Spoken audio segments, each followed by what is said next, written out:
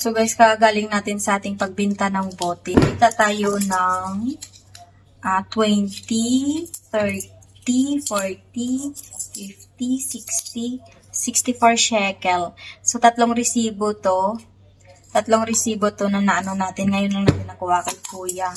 So ilagay natin dito sa ating pagbubuti savings. So ayan. Guys, medyo marami-rami natin pagbubuti savings, no? Naka 34 shekel tayo, and that is 34 shekel, nasa 900. Guys, nasa 900 and peso na to, guys. So, yung 900 and peso yung ating kinita sa 34 and shekel, magit 900 plus. So, diba, guys, na may pera talaga sa pagbubuti. Bye!